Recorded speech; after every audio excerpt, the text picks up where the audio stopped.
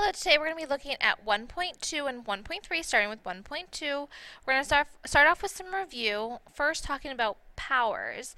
When we talk about powers, the 2 in this case is going to be considered the base, and the 5 is going to be the exponent. So just some terminology to know. Some other vocab. A variable. I'm sure that you are familiar with what a variable is. A variable is simply a letter that represents one or more numbers. An expression, an example of an expression is 2x plus 5, which is very similar to an equation, but to make that an equation I can say 2x plus 5 is equal to 0. So the difference between an expression and an equation is that there is no equal sign, opposed to an equation where there is an equal sign. I know that seems very trivial right now, but on quizzes and tests, sometimes I will ask you to give me an expression, and sometimes I will ask you to write an equation. And if you write an expression when you're supposed to be writing an equation, it'll be marked wrong. So it does matter whether you have an equal sign or not. If we're talking about how many terms something has, we are referring to how many pieces it has. So in the expression 2x plus 5, that has 2 terms. 2x is a term and 5 is a term. If they are like terms, that means that it has the same variable and the same exponent. It must have both. If it's only one, then they are not like terms.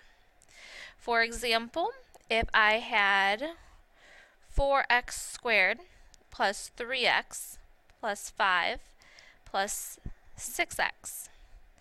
3x and 6x are like terms because they are the same variable. They're both x's, and they have the same exponent. They are both raised to the first power. Next is the coefficient. The coefficient is the number multiplied by a variable.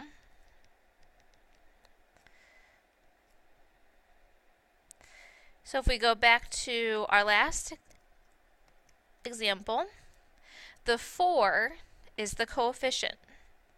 The 3 is the coefficient. So the number that's being multiplied by that variable.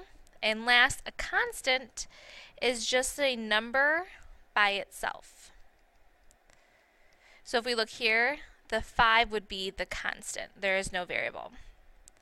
The next thing that we are going to review is order of operations. Order of operations you have learned over and over and over again. We've got PEMDAS. I'm sure some of you guys learned other sayings like please excuse my dear Aunt Sally. There's some about purple elephants marching down a street. There's lots of different ways that people remember this, whatever way you need to do it.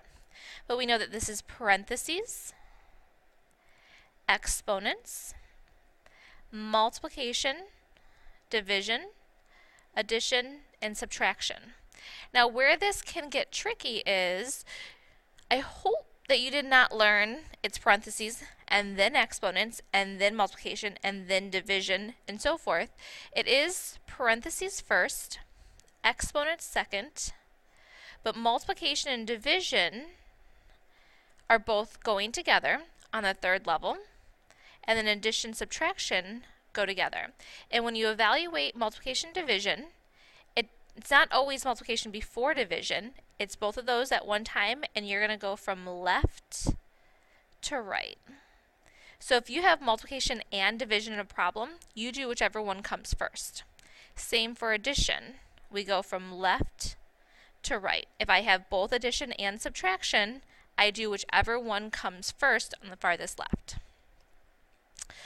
Okay, so let's evaluate some using order of operations. First, understanding what parentheses actually mean. So we have a negative 3 to the 4th power. That parentheses around the negative 3 is indicating that I have a negative 3. The exponent 4 means I've got that negative 3 4 times, which means I have 4 negatives. We know even negatives makes a positive. And 3 times 3 times 3 times 3 is 81. When we look at the second one, we've got a negative 3 to the 4th power. That exponent is only connecting to the number that is directly to its left. That negative is not included. So this is really saying a negative 3 to the 4th power. So it's a negative 3 times 3 times 3 times 3, giving us a negative 81. This, I have to say, is probably where you will lose the majority of those silly points, not paying attention to whether the negative is or is not raised to that exponential power. Okay, next one. So we've got more going on here, so we're going to go by order of operations. We do parentheses first. I've got parentheses and parentheses. This just means minus a negative 3. If I'm subtracting a negative, that means I'm adding. So 1 plus 3 becomes 4.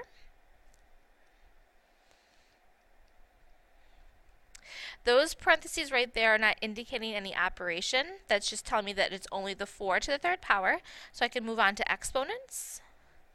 And again, I'm going to evaluate my exponent before I multiply the 5 times the 4.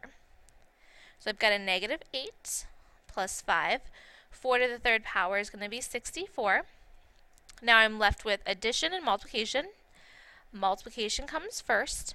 5 times 64 is going to give us 320. And then we only have one operation left. Add those two together. We get 312.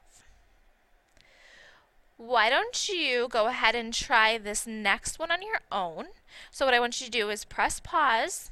As soon as you are finished, go ahead and press play again, and then check your work. Alright, let's see how you did. When I look at that, the first thing that I notice, I don't have any parentheses, I do have exponents. We are not squaring a negative 8. We are only squaring a positive 8 because there were not parentheses around that 8. If there were parentheses around the negative 8, then yes, it would have been positive 64, but there weren't, so that just becomes a positive 64. And then we add that negative down. Next we look, we've got subtraction, division, addition. Well, division comes before subtraction, addition, so I'm going to evaluate 64 divided by 4 next, which is 16. Then we've got subtraction and addition.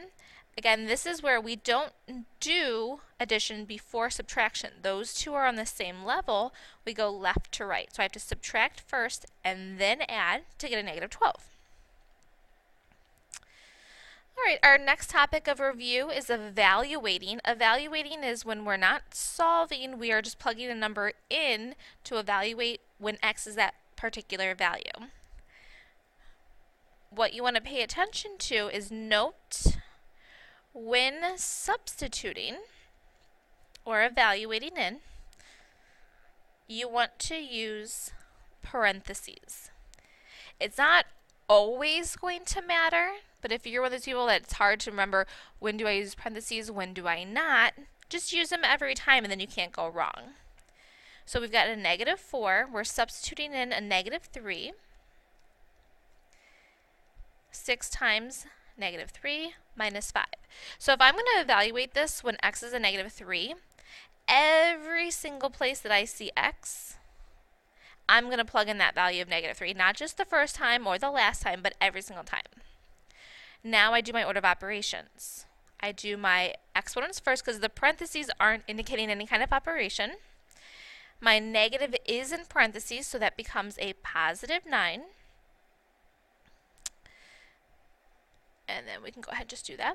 And then the next one is multiplication, division. We don't have any division, we have multiplication in 2 spots.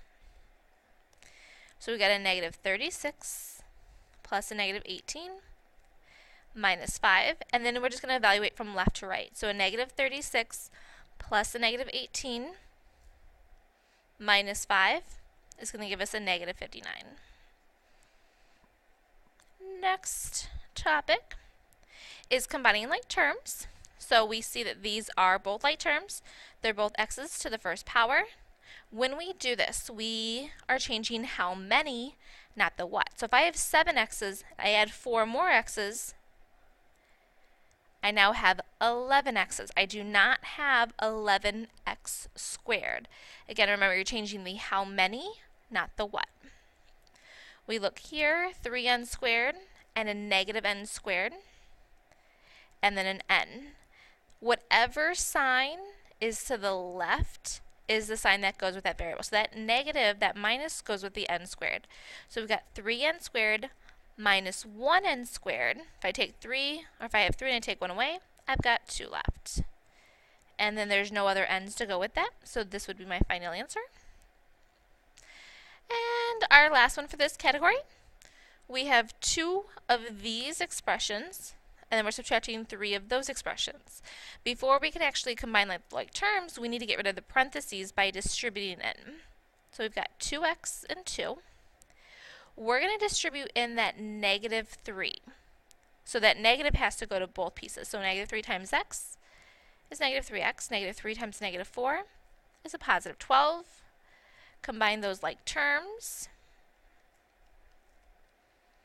and we get a negative x plus 14. And then the last part of 1.2 is going to be writing expressions, or writing equations. You have 5 brothers and sisters that you have to buy hats and t-shirts for while you're on vacation. Hats cost $10 each, and t-shirts cost $15 each. We want to write an expression for the total amount you must spend. How much would you be spending if you bought 2 hats? Alright, so the first thing that I'm going to look at is what are my unknowns, and those are going to be my variables. So I'm trying to figure out how many hats and how many t-shirts do I have to buy. So x is going to be the number of hats, and I'm going to have y be the number of t-shirts. Okay. Now we have 2 variables, and if you have 2 variables, that means that you have to have a system of equations. So if I were to try to write this first equation, I would say, well, hats are $10 a piece, and t-shirts are $15 a piece.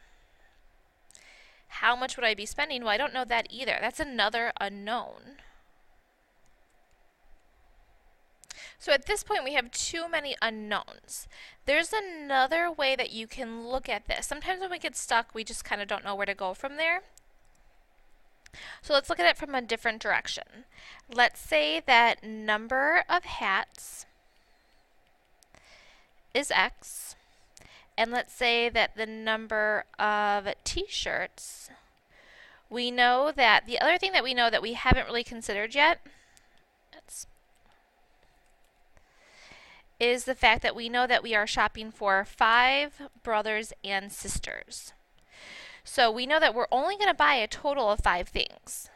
So if I have X number of hats, so let's say if I buy 1 hat, that means I'd have to buy 4 t-shirts. If I bought 2 hats, I would need 3 t-shirts.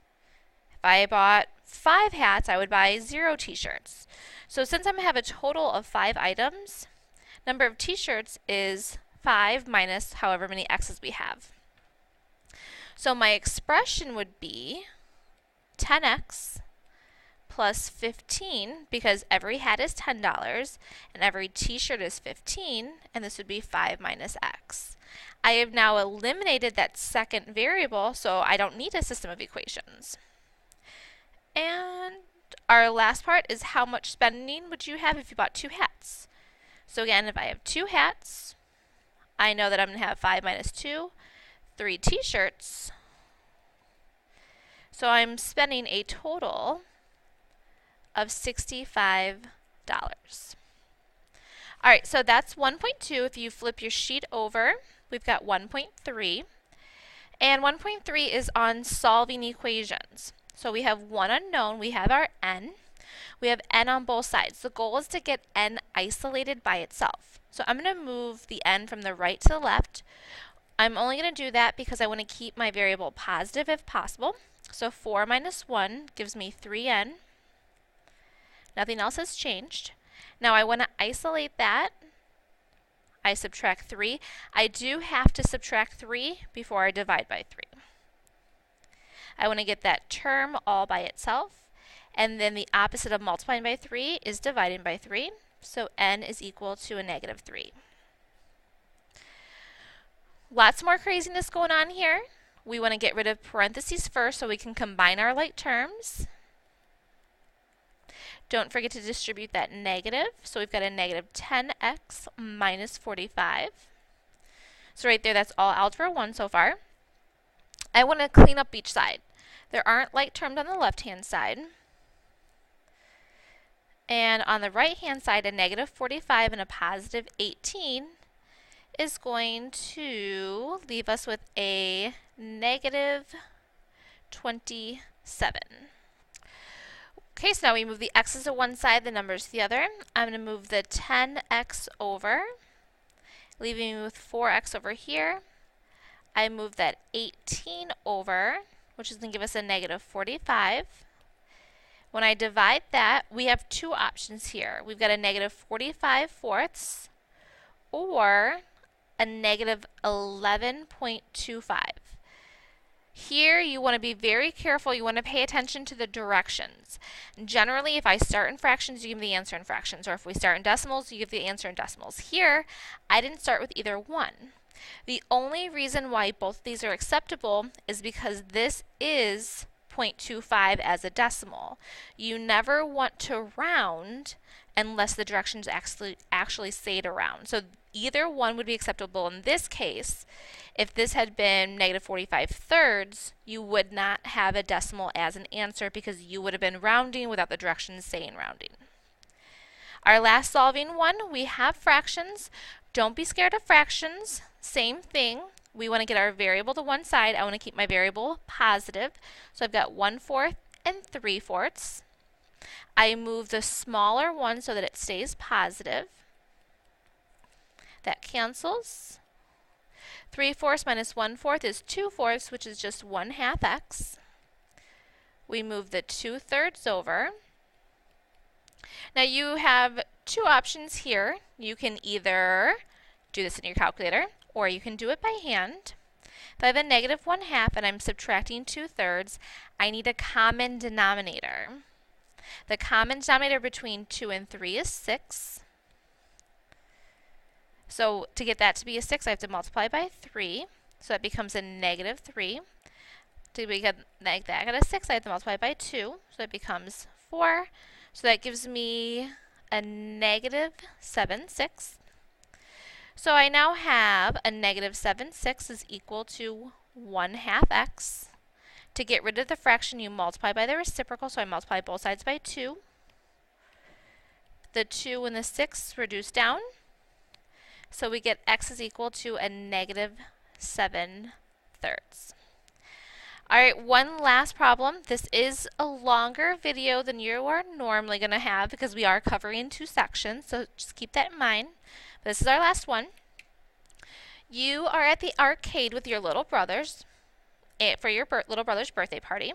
It costs $5 for every person to get into the arcade, and there are 6 people in your family. Once you get there, it is time to eat.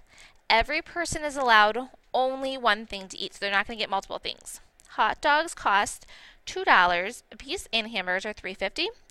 We want to write an expression to represent how much the entire day at the arcade is going to cost. And then a second piece is how much would it be if 2 people got hot dogs. Okay, so just like before, I want you to go ahead and press pause. And I want you to reason through this and go ahead and do this on your own. When you are done, go ahead and press play and check your work. Okay, let's see how you did. First thing I did is I broke things down. What do I know? I know that I have to pay an entry fee, and it's $5 a person. So to get everyone into the park, I'm going to pay $30. I also know how much each thing's going to cost. Hot dogs are $2, hamburgers are $3.50, really important. And I know that I'm going to have a total of 6 things because everyone can only get one thing each. I'm going to let x be the number of hot dogs, and I'm going to have hamburgers be 6 minus x using that same logic that we used from the last problem on the front page, on the front side. So part A, we wanted to write an expression for the total cost.